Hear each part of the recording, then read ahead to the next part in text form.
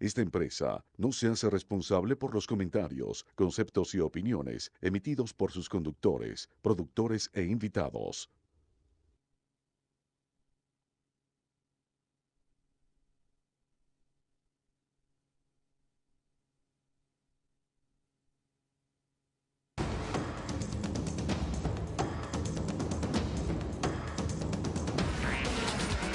Patricia Poleo en Agárrate, opinión estremecedora. Buenas noches, bienvenidos a Agárrate. Estamos grabando el día de hoy este programa a las 5:30 aproximadamente, hora de Miami. Son las 5 de la tarde en Venezuela. La razón por la que hoy grabamos y no salimos en vivo es porque queremos hacerle una entrevista a José Vicente García, el joven que se encuentra en huelga de hambre en el Vaticano, y para él son muchas horas de diferencia. Pero justo cuando estábamos comenzando a grabar el programa, estábamos en los preparativos, pues tuvimos la noticia de que dos jóvenes venezolanos, miembros ambos de Moveré, del movimiento Moveré, están desde las 4 de la tarde, hora de Miami, hora de Nueva York, a las puertas de la sede de la Organización de las Naciones Unidas en Nueva York en huelga de hambre. Ellos son Yosmir Gutiérrez y Eduardo Bavaresco. Los tenemos ya en línea telefónica. Vamos a conversar con ellos. Buenas noches, Yosmir, ¿cómo estás? ¿Aló? ¿Me oyes? Sí, te escucho. ¿Cómo estás, Yosmir? Bueno, bien. Efectivamente, como... ¿Aló? Sí, estamos escuchando, Yosmir. Efectivamente, como tú acabas de decir, a partir de las 4 de la tarde, mi compañero y yo iniciamos una huelga de hambre aquí a las afueras de la ONU.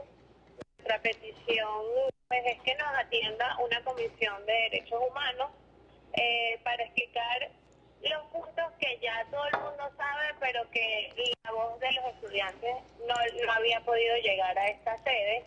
Y nos decidimos venir acá porque esto es un ente que debería velar y garantizar por los derechos humanos de sus países miembros. Y pues nosotros vamos a solicitar en esta reunión, lo primero que vamos a solicitar es que se solicite la liberación inmediata de todos los presos políticos, que se atienda el hecho de que sus encarcelamientos constituyen una criminalización a la protesta, que se inicie a la persecución por la criminalidad de los hechos cometidos por los funcionarios que han sido responsables.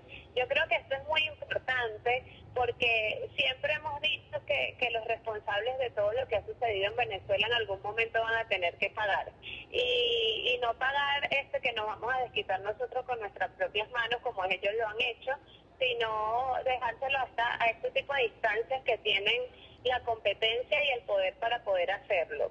Lo otro que vamos a pedir es que se reconozca y se actúe en consecuencia de la privación ilegítima, ya que esto viola el debido proceso y el derecho a la defensa, como ha quedado demostrado en todo este año con las diferencias como difieren las audiencias, como no permiten que los abogados entren a las audiencias con los muchachos.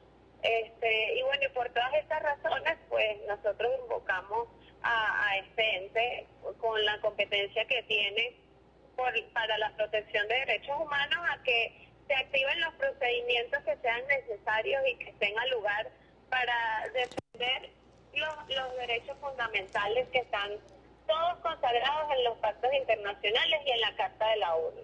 Y pues nosotros estaremos aquí hasta que se logren los objetivos, hasta que nos atiendan y ellos pues se comprometan en ayudarnos a recuperar la justicia y la paz en Venezuela. Josmir, estamos viendo las imágenes que recibimos del sitio donde ustedes se encuentran. Están ubicados en un banco, ¿no?, frente a la sede de la Organización de las Naciones Unidas. Cuéntanos un poco cómo fue el mecanismo para sentarse ahí. ¿Ustedes les advirtieron a las autoridades? ¿Alguien se les ha acercado para preguntarle? ¿En la sede de la Organización de Naciones Unidas hay algún funcionario que ya sabe que ustedes están ahí y las razones por las cuales se encuentran en huelga de hambre? Ok, nosotros llegamos aproximadamente aquí a Nueva York a las 2 de la tarde y pues vimos el sitio y nos sentamos en este banquito. Estamos con una bandera de Venezuela, Todavía no se nos ha acercado ningún funcionario ni nosotros hemos ido tampoco a notificar que estamos en huelga. Vamos a esperar el día de mañana porque cuando nos sentamos acá ya las oficinas de la ONU, las oficinas administrativas estaban cerrando. Entonces mañana a primera hora notificaremos que estamos acá y por qué estamos aquí y hasta cuándo nos vamos a quedar.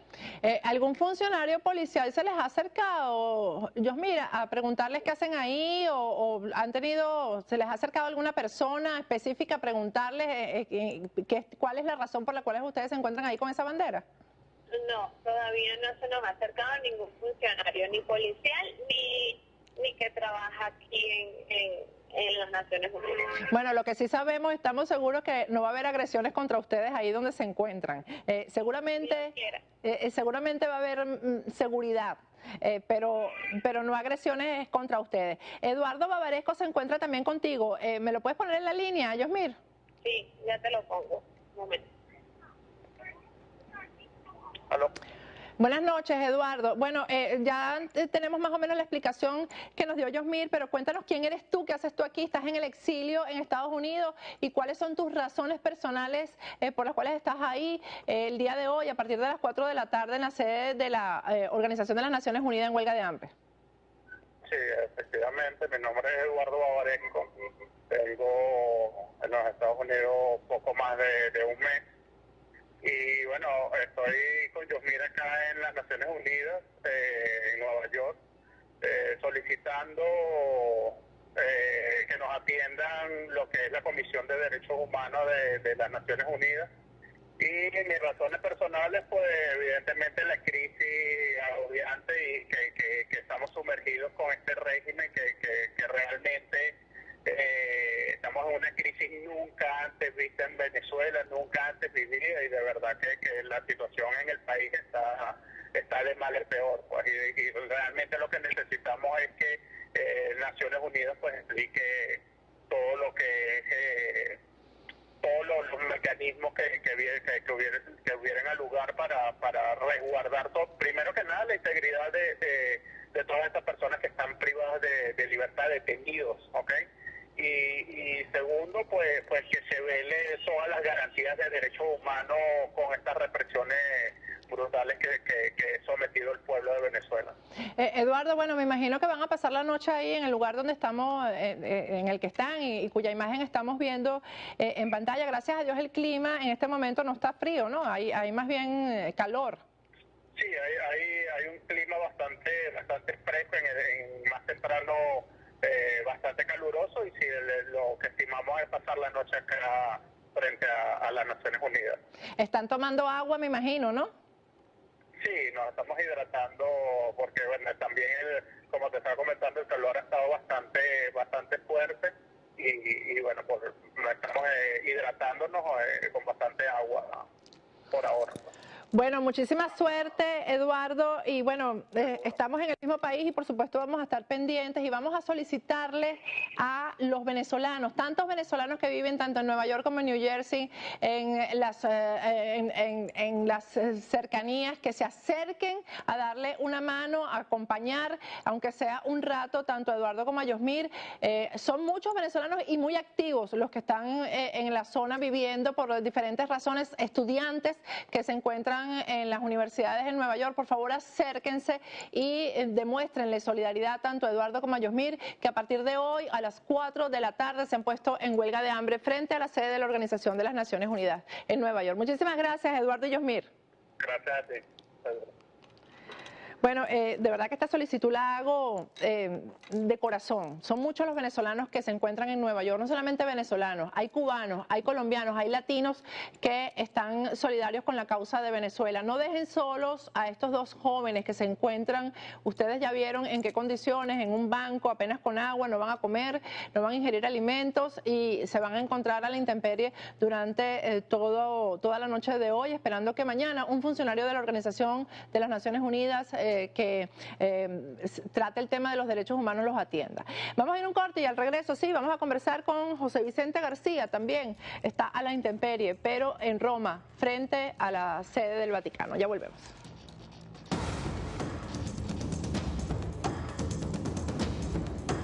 Agárrate con Patricia Poleo.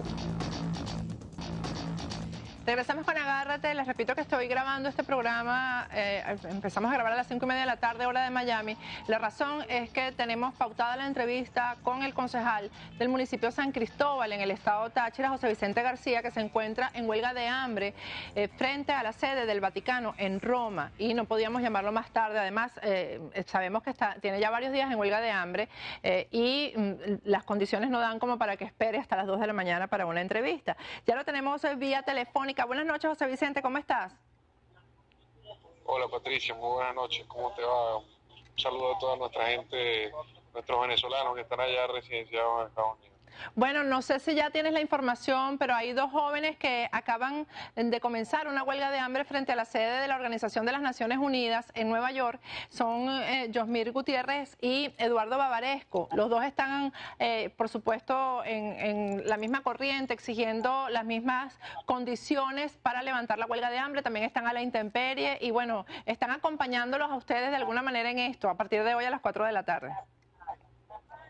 Sí, bueno, ya teníamos la información. Yosmir es una gran dirigente, muy amiga, incluso amiga personal, y bueno, sabemos que estamos todos en una lucha y qué bueno que la gran mayoría de los venezolanos estemos entendiendo que esta vía es la vía pacífica, no violenta, y que estamos seguros que vamos a tener resultados muy importantes. Así es. José Vicente, háblame un poco de cuál ha sido la situación de ustedes ahí. ¿Cuántos días llevan con el día de hoy? Bueno, Patricia, nosotros estamos cumpliendo ya las 105 horas en huelga de hambre. Nosotros comenzamos el día viernes en horas de la tarde, a las 3 de la tarde comenzamos.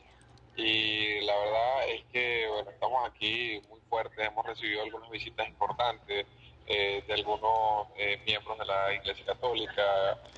Una de las visitas más importantes que tuvimos, de verdad, fue bastante sorpresiva. El día de ayer, en horas de la madrugada, a las 3 de la mañana, recibimos la visita del arzobispo de Argentina, Monseñor Guedes, quien estuvo pues hablándonos sobre el Papa. Son muy amigos personales, muy cercanos, además que bueno, son paisanos, y nos dijo que el Papa estaba muy atento a la situación, que conocía sobre nuestra protesta, que sabía que estábamos aquí, que conocía la situación de Venezuela, que estaba comenzando a generar la intermediación ante la situación de violación de derechos humanos en nuestro país.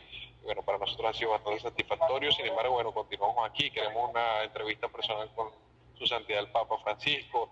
Además, dentro de nuestro petitorio, bueno, se está pidiendo que la Iglesia Católica, a través del Vaticano y los altos jerarcas de la Iglesia, puedan intervenir o intermediar ante el gobierno nacional para la liberación de los presos políticos, además para el ingreso de los organismos internacionales en materia de derechos humanos, como la OEA, la ONU, la Corte Interamericana de los Derechos Humanos, la Cruz Roja Internacional, para que entren a nuestro país a velar por los derechos humanos que hoy están siendo violentados de manera sistemática y flagrante por este gobierno. Vimos la situación de Nicolás Maduro, que pues decidió no asistir por una excusa. Él lo denominó un virus, nosotros lo hemos denominado el virus de la libertad. Creemos que esa gripe llamada Martín Paz y esa otitis llamada José Vicente García que tenía en Roma fueron las que no le permitieron venir. Así es. Además sabemos muy bien que le quería huir al Papa, sabemos muy bien que no quería comprometerse con el Papa porque sabía que el Papa lo primero que le iba a pedir era la liberación de los presos políticos en Venezuela. Yo creo que esta excusa se dio también. Hoy nos enteramos que no va a asistir tampoco a la reunión de la Unión Europea con la CELAC.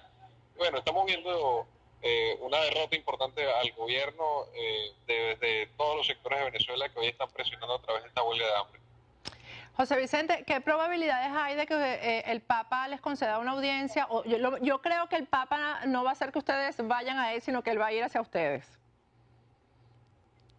Bueno, el Papa tiene una forma de ser bastante peculiar, muy bondadoso, un hombre además que es excéntrico, que es distinto a los demás papas, que ha sido distinto y se están viendo cambios importantes en la Iglesia Católica, y sabemos que el Papa en cualquier momento puede dar una sorpresa, como nos la dio el día de ayer Monseñor Guedes, el arzobispo de Argentina. Además que es nuestro Papa latinoamericano y le tenemos mucha fe y mucha esperanza, y sabemos que vamos a poder tener un acercamiento. Incluso el día de mañana hay una audiencia pública que hay aquí en la Plaza de San Pedro. Nosotros estamos aquí en la Plaza de San Pedro en la huelga de hambre, bueno, pues, posiblemente mañana pudiéramos tener un acercamiento a su santidad. Tenemos una carta que queremos entregarle en sus manos, que no se la queremos entregar más nadie sino a él, porque confiamos plenamente en él, y bueno, ahí está nuestro petitorio, están nuestras exigencias muy claras, y estamos muy seguros de que vamos a lograr un resultado bastante importante, y que el Vaticano, a través de su santidad el Papa, va a lograr generar la presión suficiente para que el gobierno venezolano suelte a los presos políticos y logremos que los organismos internacionales que velan por los derechos humanos entren nuevamente en nuestro país. José Vicente, el ciudadano común, la gente que por supuesto pasea por los alrededores del Vaticano, ¿se les ha acercado a ustedes para preguntarles qué es lo que está pasando? ¿Ha habido medios de comunicación que han estado pendientes de esto allá específicamente en Roma? Sí, Patricia, hemos tenido de verdad una pegada muy importante. Quiero decirte que es primera vez en toda la historia del Vaticano que hay una huelga de hambre en este sitio. Hemos tenido la cobertura de todos los medios de Europa, de Latinoamérica, a través de llamadas telefónicas. Hemos tenido mucha cobertura, y además ha sido para nosotros muy importante que toda la comunidad venezolana que reside en Europa ha viajado en tren, en avión, en autobús, en carros particulares, y se han acercado a nosotros. Gente de venezolanos que viven en Londres, en Suiza, en España, en distintos puntos de Italia, en Francia, se han acercado. Incluso hemos tenido visitas de arzobispos colombianos, como les dije, el arzobispo argentino, arzobispos españoles. Ha sido bastante importante, y por supuesto todos nuestros estudiantes y seminaristas venezolanos que residen aquí en Roma se han acercado a nosotros, nuestros sacerdotes venezolanos que trabajan en el Vaticano también. Y bueno, ha sido bastante receptiva la protesta, y nuestra gente está con nosotros apoyando. Bueno, José Vicente, no quiero cansarte a ti, a tu compañero más, y de verdad que Dios los bendiga y que ojalá esto termine pronto. Queremos verle un final feliz a todo esto. Dime. Patricia, si me permite, claro, yo quisiera pasarles a Martín para que le dé un saludo a nuestro pueblo, claro, y a toda nuestra gente que debe ver el programa. Por supuesto. Hola, Patricia. Hola, Martín, ¿cómo estás? ¿Cómo te sientes? Bueno, con mucha fuerza, con mucha fuerza. Es la fuerza que nos transmite nuestra gente en Venezuela, que tiene mucha esperanza en lo que estamos haciendo. Por supuesto, mucha fe en la Iglesia Católica, la respuesta que puede dar el Santo Padre a la situación tan difícil que vivimos los venezolanos. ¿Tú pensabas que ibas a estar tantos días en esto? ¿Pensabas que iba a ser tan largo, o pensabas piensas que se va a extender mucho más? Mira, nosotros no tenemos el tiempo como una meta. Nosotros no hemos pensado en el tiempo, sino en los resultados. El tiempo es un factor que no depende de nosotros. Nosotros estamos aquí el tiempo que sea necesario hasta que podamos obtener una respuesta que le devuelva la esperanza al pueblo venezolano, y que podamos recoger de todo esto buenos frutos para la reconciliación en Venezuela, para lograr que se cese en la violación de los derechos humanos, en la persecución, en la represión. El tiempo es un factor que, como te digo, no controlamos, así que tratamos de pensar mucho en eso. Nosotros estamos aquí con mucha fuerza, es una gran responsabilidad la que tenemos sobre nuestros hombros, porque hoy hay muchas personas en Venezuela y muchos venezolanos en el mundo que tienen esperanza de la respuesta que podamos obtener en esta cruzada. Háblame un poco, ¿los familiares de ustedes se están comunicando con ustedes permanentemente, o qué les dicen? Porque la verdad es que uno, por ejemplo, como madre no le gustaría ver a un hijo suyo pasando por este sacrificio. Martín. Sí, mira, Patricia, yo te voy a contar una anécdota. Sí. Cuando mi mamá supo que yo iba a emprender la huelga de hambre con mi hermano José Vicente García, por supuesto que estaba muy preocupada y temía por la salud no solo mía, sino de los dos, porque hemos luchado juntos mucho tiempo. Pero a los 2-3 días me escribió un mensaje diciéndome que no me levantara, que estuviese fuerte, que tuviese mucha fe, que tuviese mucha paciencia, porque lo íbamos a poder, y que había mucha gente en el país que ella lo había percibido en nuestra ciudad, por lo menos, esperando una respuesta de lo que estábamos haciendo nosotros. Entonces esas cosas te dicen que sí, que nosotros hemos logrado, no solo José Vicente y yo que estamos aquí, y que de repente a nivel internacional hemos podido tener un poquito más de resonancia, sino todas las personas que están en nuestro país, la gente que está en San Cristóbal, nuestros hermanos que están en San Cristóbal en huelga de hambre en las iglesias, el Ángel, nuestros hermanos que están en las universidades que se están integrando a esta huelga por la libertad, nuestros amigos que están en el resto de los estados apostándose en las iglesias también para pedir por la misma causa. Todos hemos estado arriesgándonos y por supuesto todos hemos generado una esperanza en la gente que estaba desesperanzada, nadie creía, nadie esperaba nada de lo que estaba pasando en este país, y por supuesto nosotros hemos buscado la fórmula a través de la Iglesia Católica, que es una institución a la que por supuesto el venezolano tiene muchísima fe, y cuando un país no tiene instituciones quien te escuche, cuando un país no tiene entes gubernamentales quien te atienda, nosotros hemos acudido a la iglesia, que es la iglesia del pueblo, que es la iglesia de todos, y bueno, nosotros estamos haciendo la tarea aquí en el Vaticano frente a la máxima representación.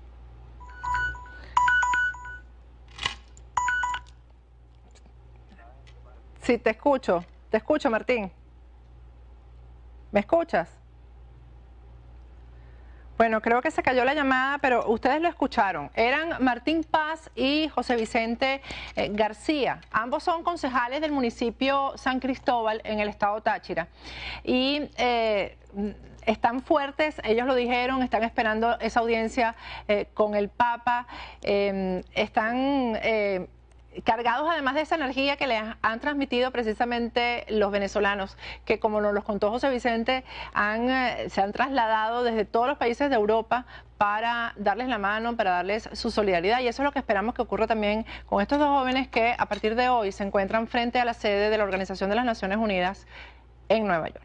Vamos a ir a un corte y al regreso vamos a continuar hablando de estos lamentables temas. Esta vez vamos a conversar con el doctor Omar Mora-Tosta. Él es el abogado de dos presos políticos que no solo están en huelga de hambre, sino que han advertido que van a ir a una huelga de sed, que ya sería definitiva y fatal. Es el abogado de Raúl Emilio Baduel y Alexander Tirado. Ya regresamos con Omar Mora-Tosta.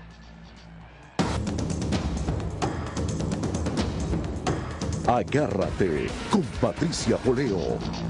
Regresamos con Agárrate, ya tenemos vía telefónica al doctor Omar Mora-Tosta. Él es el abogado de Alexander Tirado y Raúl Emilio Baduel, dos presos políticos. Están en huelga de hambre y han amenazado con que van a huelga de sed en Venezuela. Recordemos que ya ellos fueron condenados a 8 años de cárcel en Venezuela por protestar. Buenas noches, Omar, ¿cómo estás?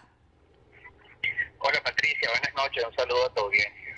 Omar, sé que estás entrando en una reunión. Explícame cuál es la situación de estos dos jóvenes, porque ya se ha dicho y difundido en las redes sociales que podrían entrar en una huelga de sed.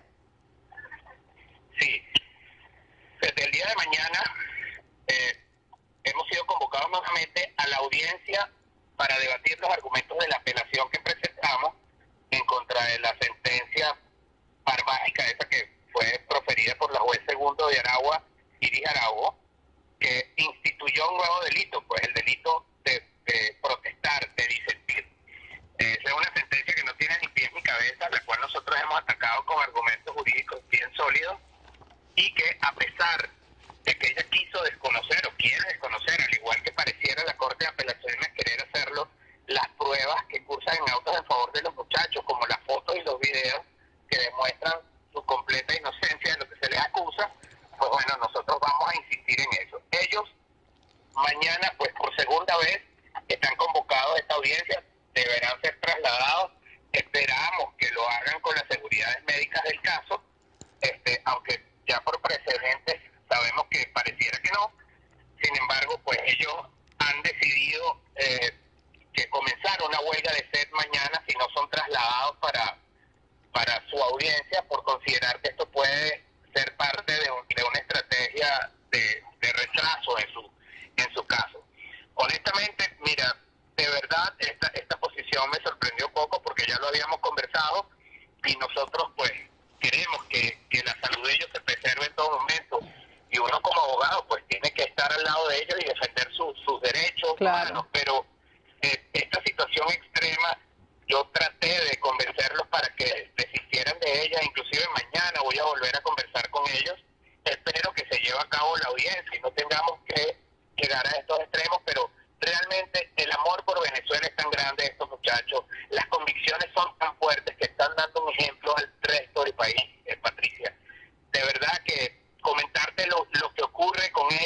con el resto de los presos políticos es una cuestión que eriza la piel, porque hay que ver la lucha que están librando desde esos calabozos de la dignidad, y como ellos mismos lo dijeron, ellos están sembrados como las semillas de libertad de Venezuela. Decirte algo más no sé, de verdad que es una cuestión que por lo menos a nosotros nos llega profundamente y nos alienta ver esa valentía, esa templanza de estos jóvenes estudiantes en esas condiciones, y que día a día se han ido sumando otros. Claro, esto se está convirtiendo en viral, Omar. Ahorita, hace unas horas se acaban de colocar frente a la sede de la Organización de las Naciones Unidas 2 jóvenes más, Yosmir Gutiérrez y otro joven del movimiento Moveré, y están ahí en huelga de hambre y no se van a parar hasta que no los escuchen. Sí, y realmente, bueno, en un país como este, que es un gobierno que tiene otitis, que le cuesta escuchar a la gente, realmente, pues, llegar a estos extremos es la única salida para que sean escuchadas las voces disidentes en Venezuela. Eso no debe ser. Yo pienso que debe haber una forma en que haya algún conducto de comunicación y que en todo caso, pues, la salud de estas personas, de estos jóvenes que están en huelga de hambre, pues se preserve, porque el otro problema que tenemos es que no tenemos acceso a ellos, sino una vez a la semana. Nosotros inclusive como defensores se nos restringe la entrada, a los familiares tampoco, y mucho menos un médico de confianza. Entonces, vete a saber, pues, los controles que se llevan dentro de esos establecimientos de la salud de esos muchachos. Bueno, Omar, mañana nos vamos a comunicar nuevamente contigo para que nos digas si hubo el traslado y cuál ha sido la decisión tanto de Alexander Tirado como de Raúl Emilio Baduel con esto de la huelga de sed. Muchísimas gracias. Claro que sí, Patricia, con gusto, un abrazo. Bueno, era Omar Moratosta, abogado de 2 presos políticos. No es en Venezuela nada más que hay persecución política. Ya esto comenzó en Colombia y lo hemos venido advirtiendo. Ya esta peste se ha ido extendiendo por la región. Y Colombia, con Juan Manuel Santos al frente, está haciendo un caldo de cultivo perfecto para que este socialismo del siglo XXI y estos bárbaros se extiendan por toda la región. Hay un periodista, un colega, ayer mencioné su caso, colombiano, director de Periodismo Sin Fronteras, un portal web importante, que ha salido al exilio. El día de ayer se anunció eso, salió al exilio porque, bueno, un tribunal ha tomado decisiones en su contra y ¿a qué se dedicaba este periodista? A hacer lo que los periodistas debemos hacer, a estar en la acera del frente de quienes gobiernan, porque eso es lo que somos los periodistas. Los periodistas somos una especie de contralores de lo que hacen los gobiernos, contralores ciudadanos además de lo que hace el gobierno, y somos los ojos de quienes no pueden ver lo que realmente está ocurriendo en las alturas del poder. Y eso era el oficio, el trabajo, esa fue la función que ha llevado al exilio a Ricardo Puentes Melo. Ya lo tenemos vía Skype. Buenas noches, Ricardo, ¿cómo estás?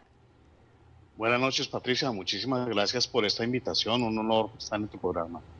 Bueno, Ricardo, primero relátanos, porque en este programa nos hemos dedicado a mostrar el lado oscuro de Juan Manuel Santos también, ¿no? Ese lado, además, que fue el que engañó al mundo entero con lo que supuestamente eran sus posiciones frente al terrorismo, al narcotráfico, es decir, a la FARC, y lo que realmente terminó siendo Juan Manuel Santos. Primero, ya yo conozco tu trayectoria, pero quiero que nos digas ¿cuáles eran los temas que tratabas en Periodismo Sin Fronteras o que sigues tratando? Porque además, déjame decirte que ningún nombre tan bueno como ese que le pusiste al portal web, porque se va a demostrar ahora, y tú lo vas a ver porque lo he experimentado yo en casi 10 años de exilio, que el periodismo no tiene fronteras. Sí, tienes toda la razón. Juan Manuel Santos engañó a la mayoría de los colombianos perdóname la falta de modestia, pero en Periodismo Sin Fronteras advertimos sobre quién era realmente Juan Manuel Santos, sus nexos con el régimen de Castro, sus nexos ocultos con Chávez, y lo denunciamos a tiempo, antes de que fuera elegido presidente. Fuimos tildados de locos, fuimos tildados de extremistas, de mano negra, pero el tiempo nos dio la razón. Juan Manuel Santos, lo dijimos en su momento, era el caballo de Troya del castrocomunismo en Colombia y así resultó ser. Lo que él empezó a hacer desde el mismo día en que ganó las elecciones sin haberse posesionado, fue evidencia clarísima del camino que iba a coger y el camino que iba a mostrar, ¿no?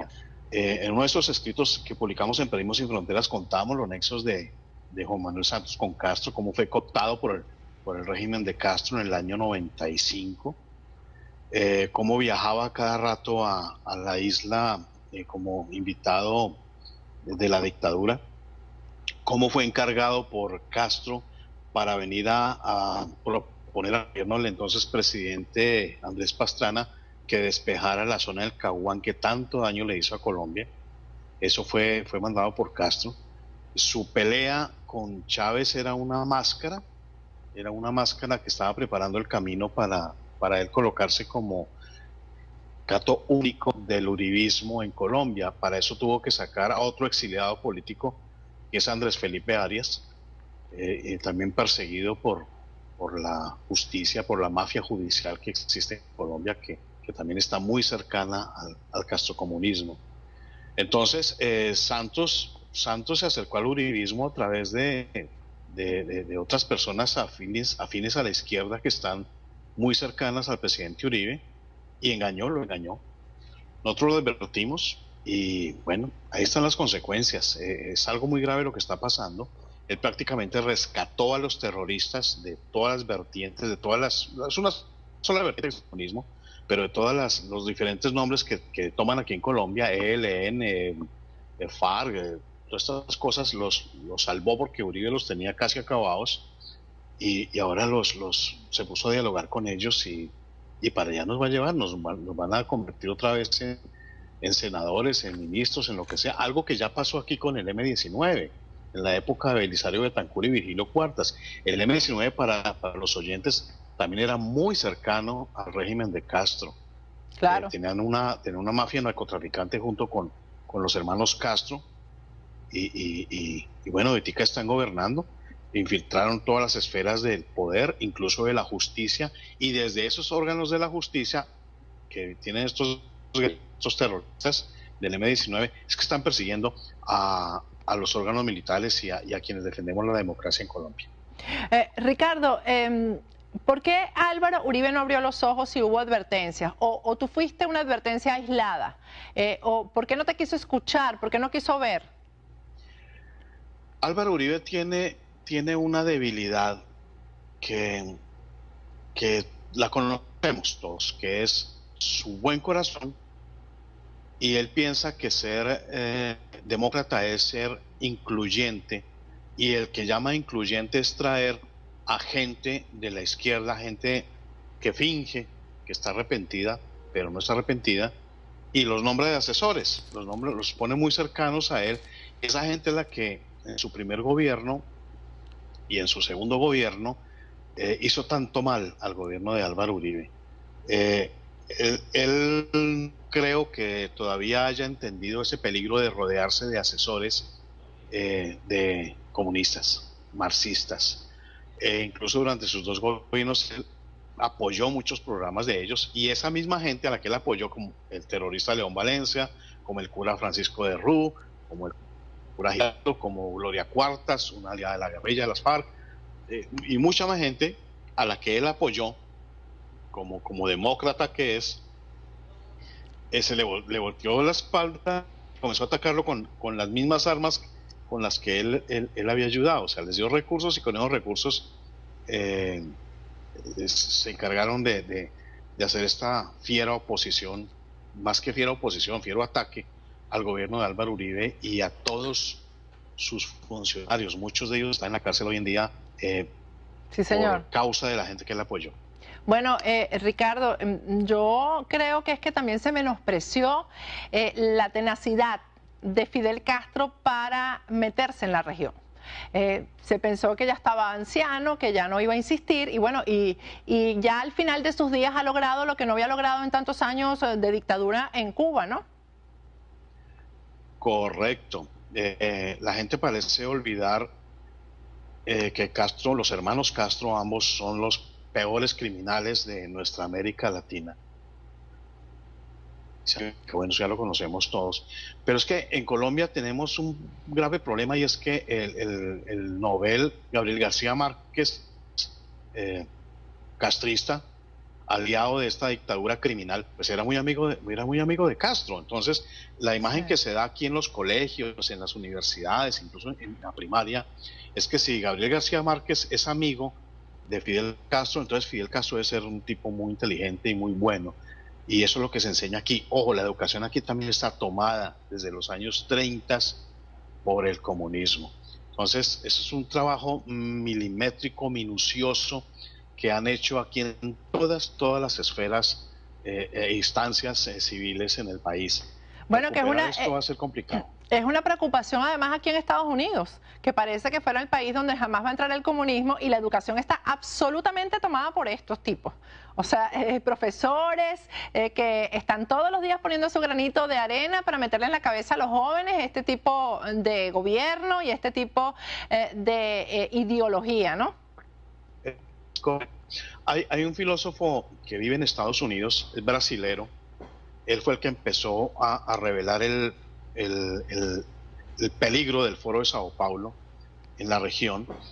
Él calcula, se llama Olavo de Carvalho, él calcula que más o menos para recuperar ese trabajo, para recuperar la democracia en los países tomados por el Foro de Sao Paulo, que es el mismo comunismo, donde están las FARC, etc., se gasta más o menos 30 años. Y hay que iniciar recuperando el control de la educación. Bueno, qué grave eso, ¿no? Por cierto, Álvaro Uribe hoy se ha hecho solidario con tu caso a través de un Twitter. Dice: William Monroy, con juez de la Corte contra nuestros compañeros, es abogado contra Ricardo Puentes. Imparcialidad es lo que se pregunta Álvaro Uribe, ¿no? Este tema de que sean los tribunales los que persigan a la disidencia en estos países, pues es parte de la franquicia, Ricardo, ¿no? Ocurre en Venezuela, ocurre en Ecuador, que criminalizan al disidente. En este caso, tú eres un periodista, te han criminalizado para sacarte del juego.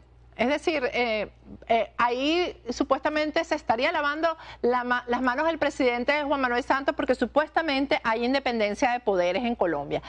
Vamos a ir un corte y al regreso quiero que me hables de eso, de cómo el Poder Judicial se está prestando para esto, y específicamente tu caso, qué fue lo que te hicieron, y si es posible que me digas cuál es tu lugar de exilio, si se puede revelar.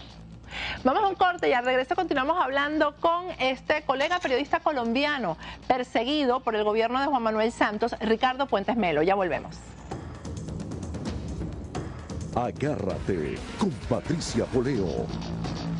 Regresamos con Agárrate. En esta última parte del programa continuamos conversando con el periodista colombiano Ricardo Puentes Melo. A partir de ayer, el día de ayer, se anunció que está en el exilio.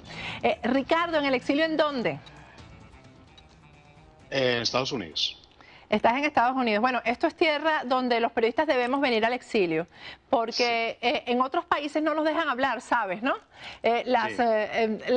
Los convenios de asilo no permiten que el asilado hable. Este es el único país que no firmó esos convenios precisamente porque no se podía violar la libertad de expresión.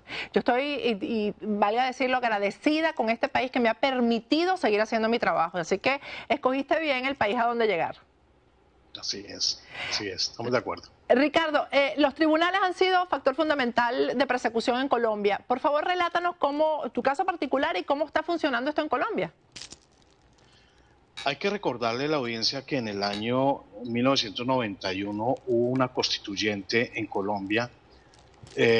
Precisamente esa constituyente fue iniciada, fue patrocinada por el narcotraficante Pablo Escobar, que financió a la guerrilla del M-19. Pablo Escobar siempre dijo ser muy afín a las ideas de Fidel Castro y lo demostró apoyando a todos estos grupos terroristas marxistas. En esa constituyente del 91 del M-19 se creó la Fiscalía General de la Nación, y entre las cosas que pidió fue de poder tanto en la rama judicial como en la parte investigativa como juez como tal. Así se apoderaron de la Fiscalía General de la Nación y así empezó la persecución judicial a los enemigos del comunismo, a sus enemigos durante toda esa lucha que tuvieron. Es importante también mencionar que desde que se creó la Fiscalía General de la Nación, todos estos casos de militares que están puestos presos injustamente se debe precisamente a que la justicia está infiltrada por el narcotráfico y por estos asesinos terroristas marxistas en Colombia. Hubo un escándalo muy famoso hace unos años de magistrados de la Corte Suprema de Justicia, que en Estados Unidos y en cualquier país del mundo es un órgano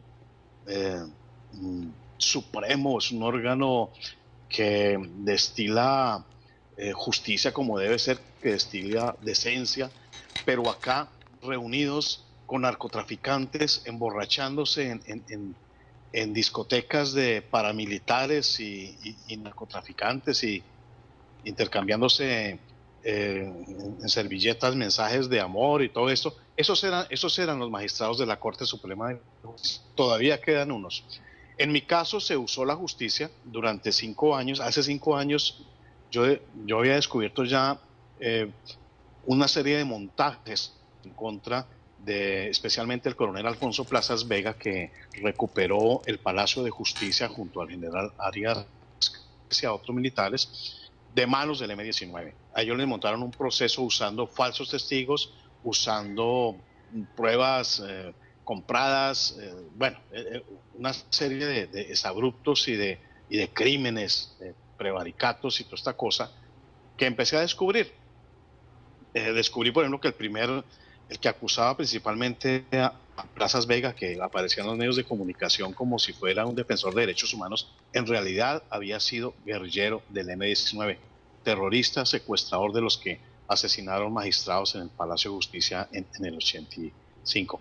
Luego descubrí que los famosos desaparecidos, porque aquí viven diciendo que hay unos desaparecidos, quien exhuma los cuerpos, que fue profesor mío en antropología, él me dice, hombre, no hay desaparecidos, los cadáveres, la fiscal Ángela María Buitrago sabe que están escondidos y son 27 cuerpos que quedaron quemados en el 4º piso del palacio. Le hicieron prueba de ADN a uno de esos 27 y resultó ser un desaparecido, entre comillas. Los otros 26 cuerpos los escondieron.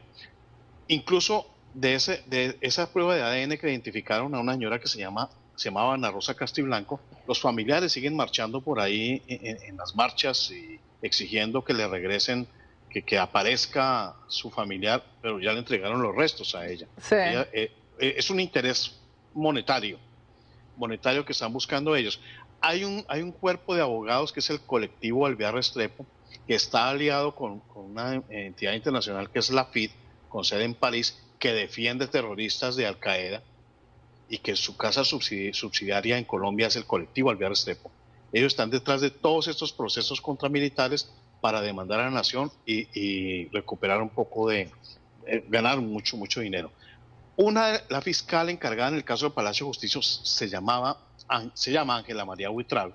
Ella fue destituida a raíz de todas estas cosas que descubrí, porque también descubrí que el testigo estrella contra el coronel Plazas Vega, que era la única prueba directa por la cual condenaron a Plazas a más de 30 años de cárcel, eso es cadena perpetua aquí porque él ya es un hombre mayor. Sí.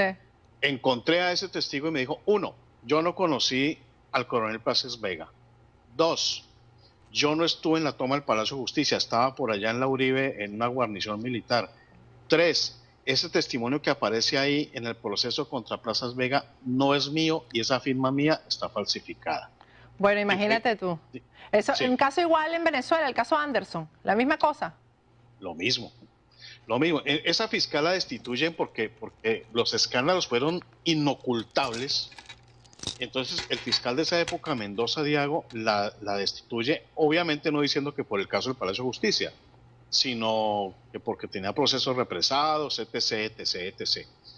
Y esa señora me monta un proceso hace 5 años, pues fue fiscal delegada ante la Corte Suprema, fue una fiscal muy, muy importante aquí, amiga del actual fiscal que es Eduardo Montealegre Linet, que comunista, Sí. del partido de la, que de la JUCO es un brazo donde militaron, un brazo de las FARC, donde militó gente joven, y ahí se intercambiaban combatientes. Entonces, esta señora me monta hace 5 años un proceso del cual yo no conocí sino hasta ahora, me lo radica en la unidad antiterrorismo de la Fiscalía. Me intervinieron teléfonos, me chuzaron todo. Obviamente yo no tengo nada de terrorista y no me pudieron encontrar nada.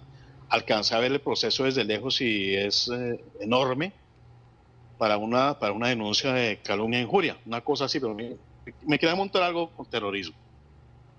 Y hace 2 semanas o algo así me llaman ya de un juzgado para imputarme cargos. O sea, me enfrento a una pena de más de 5 años por calumnia e injuria, pero a uno le pueden hacer cualquier cosa en 2 días en una cárcel. Normalmente aquí en Colombia el proceso es que uno entran los procesos a la fiscalía y llaman al imputado, en este caso a mí, deberían haberme llamado, para hablar, para conciliar, para lo que sea, pero nunca me citaron. Obviamente me quieren poner preso.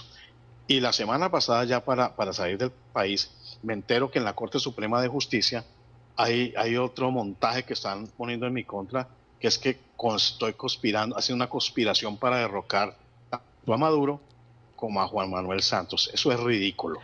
¿Cómo es la cosa? ¿Un proceso para derrocar a Juan Manuel Santos? Y a Maduro, por Dios. Ay, pero eso no lo... Pero es que todo es igualito, Ricardo. O sea, es que es un libro. Sí. Es un manual. Libreto. Es el mismo libreto. Me quebraron, o sea, estuve en la ruina total. Lo único que tenía era una casa muy, muy modesta. Y el día de la imputación de cargos me la embargaron. O sea, no, se quedaron con eso ya. Entonces, tuve que salir del país porque, bueno, pues mi vida no vale mucho, pero para mis hijos vale bastante. Por mis supuesto. hijos son pequeños y ellos sufrieron mucha persecución. Uno de ellos fue secuestrado. Me mandaban fotos, me los acosaban. Hay un señor que se llama Andrés Villamizar, que fue director de la Unidad Nacional de Protección.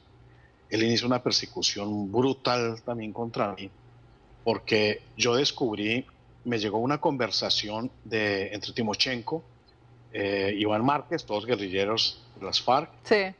un tal Gómez y otra persona, donde estaba involucrado Maduro, estaba involucrado Ortega y Correa. Era un plan para asesinar a Uribe. Y lo iban a hacer en octubre. Y tenían infiltrado su esquema de seguridad que lo proporciona la Unidad Nacional de Protección. Estaba mencionada en la conversación Piedad Córdoba, alias Teodora. Ella era la que en la conversación se decía que ella es la que llevaba guerrilleros a Bogotá, entrenados en Cuba, entrenados en no sé dónde, y iban a atentar. Fue por la época en que cayó también un barco con unas armas. Esas armas iban destinadas también al atentado contra Uribe. Yo denuncio esto ante Andrés Villamizar y le digo, hombre, tienen infiltrado su esquema, pero yo ignoraba que él era parte de ese equipo. No digo que sea equipo de conspiradores, pero él es de izquierda y él ha tenido reuniones secretas con la gente del partido de las FARC, la Unión Patriótica, y los admira muchísimo. Su padre fue embajador en Cuba y iba a la catedral a jugar con Pablo Escobar y todo eso. Entonces, él en menos de 24 horas me retira el esquema de seguridad y me deja totalmente abandonado. Y no solamente se contentó con eso, sino que además, ante el Instituto Colombiano de Bienestar Familiar, él se cuidó de no hacerlo por medio de una instancia judicial, sino un instituto, le dice en un oficio que yo tengo que yo estoy abusando sexualmente de mis hijos. Ay, Dios mío, qué horror. Y el instituto comienza a investigar a mis hijos, me los iban a quitar. Por supuesto no pudieron encontrar nada, pero ni una muestra de nada. Así que mis hijos no tuvieron que pasar por medicinas legales, y no tuvieron que auscultarlos físicamente, sino estuvieron con psicólogos y esta cosa para ver si había alguna muestra de algo. pero no había nada.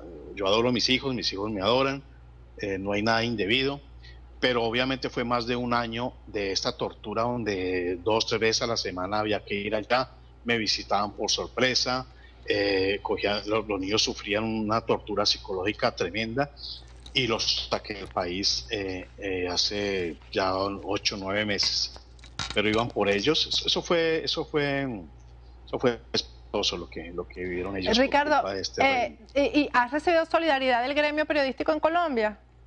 Ninguno porque aquí en Colombia también sucede que es lo que llamamos aquí la mermelada, que no es más que soborno a la gran prensa que está en manos de Juan Manuel Santos. El Tiempo es de la familia Santos, la revista Semana la dirige un sobrino de Juan Manuel Santos, está en manos de Juan Manuel Santos, y él paga la pauta y le paga a los grandes directores de medios millones para que lo apoyen y para que no cuenten las verdades de lo que está pasando aquí. Qué Aquí lamentable. matan al diario militar de policías y los medios callan porque le tienen miedo a que le quiten el medio de subsistencia el presidente Santos. Bueno, Ricardo, se me acabó el tiempo, pero desde ya te pongo este programa a la orden. Se ve muchísimo en Colombia, en toda América Latina, a través de internet, online, y te lo pongo a la orden para lo que necesites difundir acerca de lo que investigas y de las informaciones que te llegan, que son, ya vimos, gravísimas y muy importantes. Muchísimas gracias a la audiencia y un honor haber estado aquí, Patricia. Y nuestra solidaridad, ya pasamos por eso y ya verás que te vas a fortalecer en todos los sentidos, a nivel familiar y a nivel profesional, definitivamente. Dios te oiga. Bueno, estas cosas yo quisiera no tener que reportarlas. Me despido esta mañana, quédense con Doral News y María Fernanda Silva.